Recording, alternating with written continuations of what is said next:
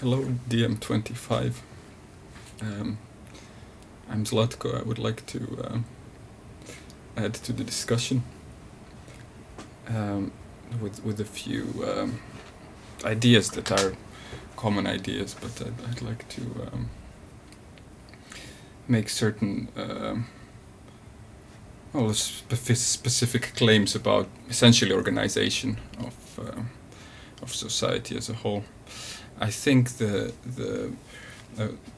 very important principle would be anti-fragility. I don't know if Taleb is part of the group, already, or will be. And actually, in that sense, it could be measurable, right? We could actually develop models that would shake up the system, figure out whether it falls apart or not, if we map out the basic needs and the progressively higher sets of needs, which brings about a system which is potentially very highly granulated, which means that using the information we can actually have groups of 5, 10, 20 people. We can measure these sizes, which can be isolated at that stage and be fully self-sufficient. So obviously we don't have all the tech to get a wide range of sizes modeled. I mean, modeled we can, but to get them to promote these formations. But indeed, the point is to start from the basic needs and see, to start with what are the sizes of population that, and what are the natural resources present that need to, that can sustain them. So in effect, it's a certain kind of decentralization manual, which will hopefully, diminish the need for politics altogether, because it's the way it's. I mean, from an evolutionary perspective, from a systems organization perspective, that kind of self-organization must be superior to any kind of design in terms of hierarchies and control mechanisms, and that should latch on. That catches on. I mean, if that starts happening. So a few technological things that I think are worth really pursuing in that direction would be the ultimate 3D printer that takes waste, can collect metal, plastic, silicon, and allows you to print another of the same printers, right? So kind of a self-replicable 3D printer from waste, which would be the key to allow anyone to produce value from trash. In a sense, it's something that generous people would probably gladly share, and just if someone's really in need, give them a 3D printer, right? I mean, the open source community already supports really advanced tech, and essentially, kind of have a thing maker, right? We need things in life. Now, as far as the basic needs, water obviously is something that is crucial, but there is always water. Potentially filtering would be a good technology to have in these small communities, filtering for the wastewaters, obviously, as well. Electricity, I think, I hope I will live to see the ubiquitous energy from environment one way or another, local energy harvest, full on, well, no plugging in, things just work, electronic things just, work for 100 years, supposedly. And obviously the fact that, through these 3D printing ideas, granulation of power, essentially, I should be able to build my own phone in a few days' work and with some waste collected. Potentially some resource bought, obviously. The point is that this can be built this can be promoted within the current system. There is no need for an overarching overthrow of anyone, because that wouldn't work anyway, right? You can't overthrow things; they come back standing, and it gets worse. So it's a kind of a gentle push into the self containment of smaller communities,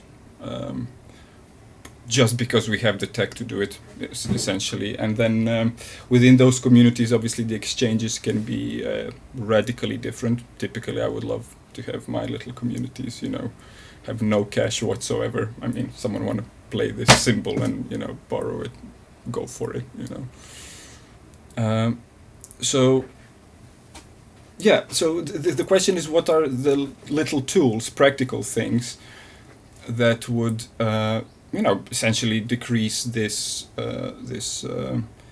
linkage between an individual and the economy as a whole, and granulate the whole thing down. Because there will be people who are willing. I'm willing to try an experiment whereby, I will have only locally, kind of within the community, basic things. For the sake of, I wouldn't be able to eat something that has been produced in a large factory, but I have to eat something that is growing around here or similar. Okay, so what are those basic tools that we could use to push this a bit further?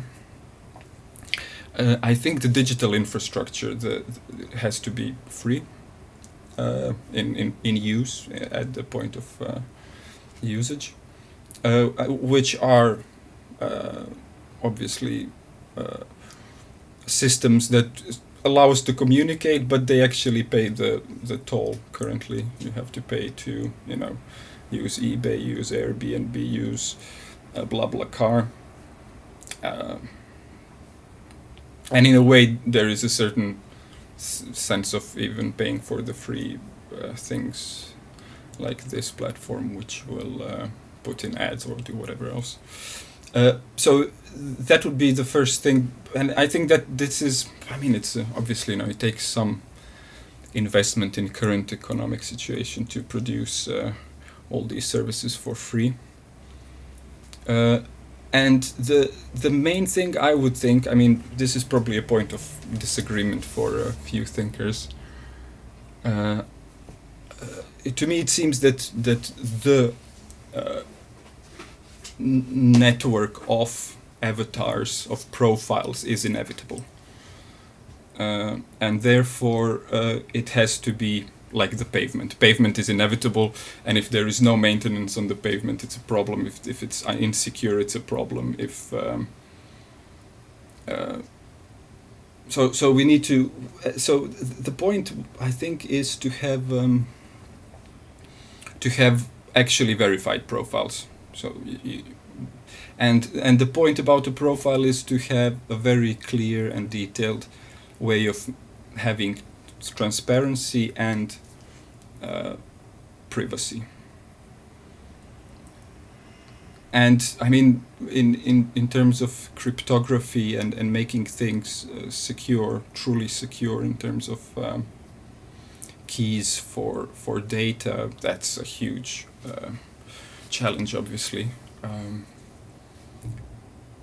And it's a huge discussion how to regulate the privacy and the transparency, because typically the degree of my transparency gives me the trust. Okay, and I would actually think that this type of profile system can become the monetary currency as well, because in a way the currency doesn't do much else than lend me trust.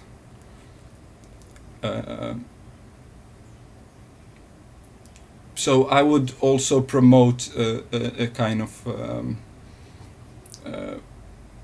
post-hoc currency as well, because having trust in advance is nice, but you can't have infinite trust in advance.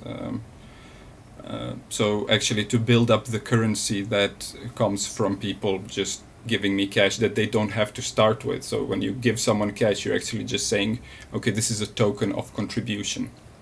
So, and I think that as far as, you know, upcoming generations, children that could potentially grow into a system where you collect, obviously you have to collect, we're monkeys like that, but we can collect contributions rather than possessions. And the whole monetary system can be very similar to the current one, could be.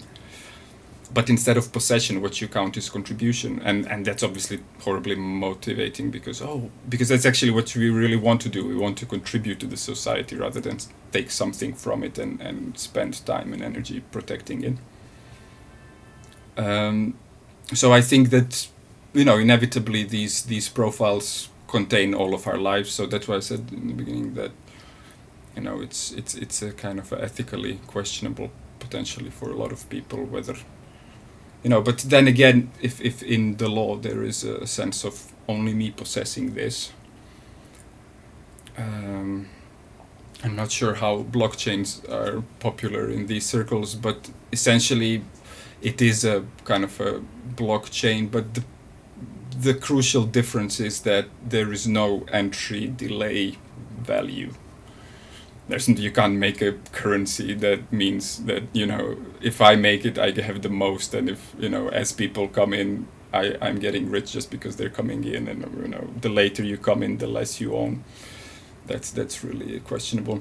And then I think these are, and this is a discussion I would like to open in terms of, you know, overarching political solutions for making politics obsolete, I hope, in the end. But also in terms of legislation and pushing for actually, you know, taking over the democratic system is a very exciting prospect. Yeah, so hello. I hope I'll keep in the loop with some discussions with you peoples. Take care.